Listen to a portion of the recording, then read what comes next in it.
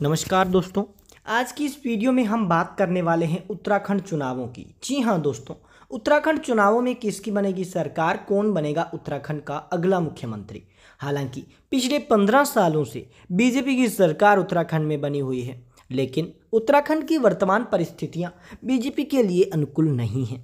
वर्तमान में उत्तराखंड का मुख्यमंत्री पुष्कर सिंह धामी जी हैं। ऐसे में आपको बता दें कि अब बीजेपी के सूत्रों की माने तो बीजेपी वही जो उसने पिछले 10 सालों में अपनाया है, वही एक सूत्र बीजेपी फिर से अपनाने वाली है। बता दें कि बीजेपी पुष्कर सिंह धामी की जगह किसी और को उत्तराखंड का मुख्यमंत्री बना सकती है और चुनावों से पहले बड़ा फेरबदल करके उत्तराखंड की राजनीति में फिर से एक अपना दमखम दिखा सकती है। उत्तराखंड के चुनावों को हमने बहुत बार देखा है, लेकिन उत्तराखंड के चुनाव देश के सभी चुनावों से थोड़ा अलग प्रतीत होते हैं। उत्तराखंड के चुनाव न सिर्फ देश में बल्कि विदेशों में भी उत्तराखंड के चुनाव की चर्चा होती रहती है। दोस्तों, आज की इस वीडियो में हम संपूर्ण 70 विधानसभा सीटों के उत्तराखंड चुनावी सर्वे की बात करेंगे और ओपिनियन पोल में जानेंगे आखिरकार उत्तराखंड में किसकी बन सकती है सरकार। और हमारे ओपिनियन पोल के अनुसार आपको 70 सीटों का एक सर्वे आपके सामने हम प्रस्तुत करने वाले हैं। इस वीडियो को लाइक करके, लाल बटन दबाकर चैनल को सब्सक्राइब करके और घंटी के बटन को दबा दें, क्योंकि ये बिल्कुल फ्री होता है। इसमें किसी प्रकार के कोई भी पैसे नहीं लगते हैं। दोस्तों, अब हम उत्तराखंड के सबसे पहले जिले की अगर हम बात करते हैं तो उत्तराखंड का जो हमारे सामने सबसे पहला जिला निकल कर आ रहा है उसका नाम है अल्मोड़ा।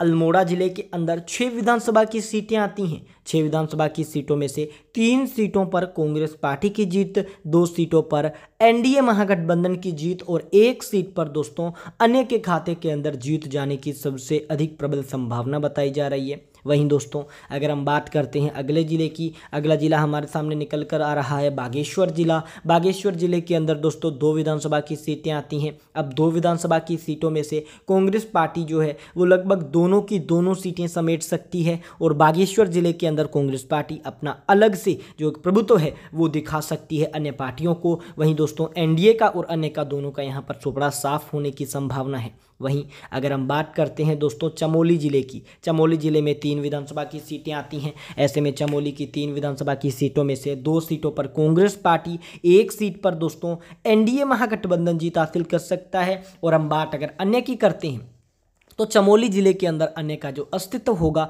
बिल्कुल ना के बराबर रह सकता है, यानी चमोली जिले में कांग्रेस पार्टी बहुत अच्छा प्रदर्शन कर सकती है। वहीं दोस्तों अगर हम बात करते हैं अगले जिले की तो हमारे सामने जो अगला जिला निकल कर आ रहा है उसका नाम है चंपावत जिला। चंपावत जिले के अंदर 2 विधानसभा की सीटें आती हैं। अब 2 विधानसभा की सीटों में से 1 सीट कांग्रेस के खाते के अंदर जाने की संभावना है, तो 1 सीट एनडीए महागठबंधन के खाते के अंदर जाने की संभावना प्रबल बताई जा रही है। वहीं दोस्तों हम अगर बात करते हैं अगले जिले की तो अगला जिला हमारे सामने निकल कर देहरादून आ रहा है। देहरादून में 10 विधानसभा की सीटें आती हैं। 10 सीटों में से दोस्तों देहरादून के अंदर जो कांग्रेस पार्टी है वो 5 विधानसभा की सीटें हासिल कर सकती है, तो 4 सीटों पर यहां पर एनडीए महागठबंधन जीत हासिल कर सकता है और 1 सीट दोस्तों यहां पर अन्य के खाते के अंदर जाने की प्रबल संभावना बताई जा रही है। वहीं दोस्तों कुल मिलाकर देहरादून में भी कांग्रेस पार्टी बीजेपी से अधिक मजबूत है। वहीं अगर हम बात करते हैं दोस्तों अगले जिले की तो हमारे सामने अगला जिला निकल कर आ रहा है हरिद्वार।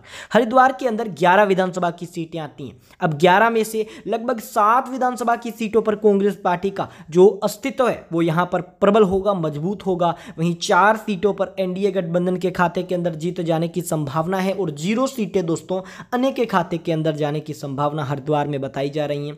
वहीं दोस्तों अगले जिले की अगर हम बात करते हैं तो अगला जिला हमारे सामने निकल कर आ रहा है नैनीताल। नैनीताल जिले की हम बात कर रहे हैं जिसमें दोस्तों 6 विधानसभा की सीटें आती हैं। 6 विधानसभा की सीटों में से दोस्तों 3 विधानसभा की सीटों पर कांग्रेस पार्टी के खाते के अंदर जीत जाने की संभावना बताई जा रही है नैनीताल में, और 3 ही सीटें यहां पर एनडीए महागठबंधन के खाते के अंदर जाने की संभावना बताई जा रही है और 0 सीटें दोस्तों अन्य के अंदर जाने की संभावना बताई जा रही है। अब तक हमने 40 विधानसभा सीटों की बात कर ली है, जिसमें दोस्तों 23 विधानसभा की सीटें कांग्रेस के खाते के अंदर जा सकती हैं, 15 विधानसभा की सीटें एनडीए महागठबंधन के खाते के अंदर जा सकती हैं और दोस्तों 2 सीटों पर अन्य के खाते में भी जीत जाने की संभावना प्रबल बताई जा रही है। वहीं हम बात करते हैं अगले जिले की। हमारे सामने अगला जिला निकल कर आ रहा है पौड़ी गढ़वाल। पौड़ी गढ़वाल के अंदर दोस्तों 6 विधानसभा की सीटें आती हैं। 6 विधानसभा की सीटों में से पौड़ी गढ़वाल के अंदर दोस्तों 3 सीटों पर तो कांग्रेस पार्टी यहां पर अच्छा खासा प्रदर्शन करते हुए 3 सीटें हासिल करने में कामयाबी हासिल कर सकती है। वहीं 3 सीटों पर दोस्तों एनडीए गठबंधन तो 0 सीटें दोस्तों अन्य के खाते के अंदर जीत जाने की संभावना बताई जा रही है। वहीं अगर हम बात करते हैं दोस्तों पिथौरागढ़ की, पिथौरागढ़ में दोस्तों 4 विधानसभा की सीटें आती हैं। 4 विधानसभा की सीटों में से दोस्तों 3 सीटों पर कांग्रेस के खाते के अंदर जीत जाने की संभावना है।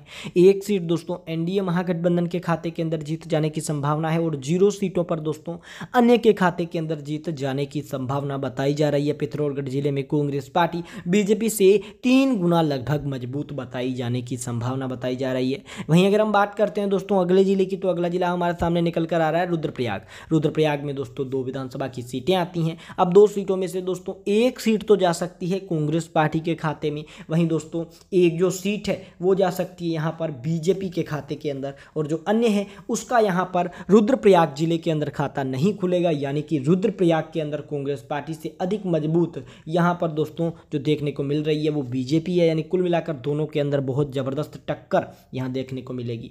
वहीं अगर हम बात करते हैं दोस्तों अगले यहां पर जिले की, तो अगला जिला निकल कर आ रहा है टिहरी गढ़वाल। टिहरी गढ़वाल जिले के अंदर दोस्तों 6 विधानसभा की सीटें आती हैं।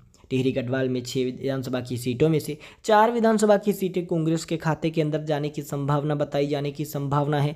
2 विधानसभा की सीटें एनडीए गठबंधन के खाते में जाने की संभावना है, तो 0 सीट अन्य के अंदर जा सकती है। अब अगर हम बात करते हैं अगले जिले की, हमारे सामने जो अगला जिला निकल कर आ रहा है उसका नाम है उधम सिंह नगर। उधम सिंह नगर में 9 विधानसभा की सीटें आती हैं। 5 विधानसभा की सीटें कांग्रेस के खाते के अंदर जाने की संभावना बताई जा रही है। वहीं अगर हम बात करते हैं उधम सिंह नगर में बीजेपी के प्रदर्शन की, तो बीजेपी लगभग 4 विधानसभा की सीटें एनडीए गठबंधन यहां पर हासिल कर सकता है और अन्य का खाता उधम सिंह नगर जिले के अंदर खुलता देखने को नहीं मिलेगा।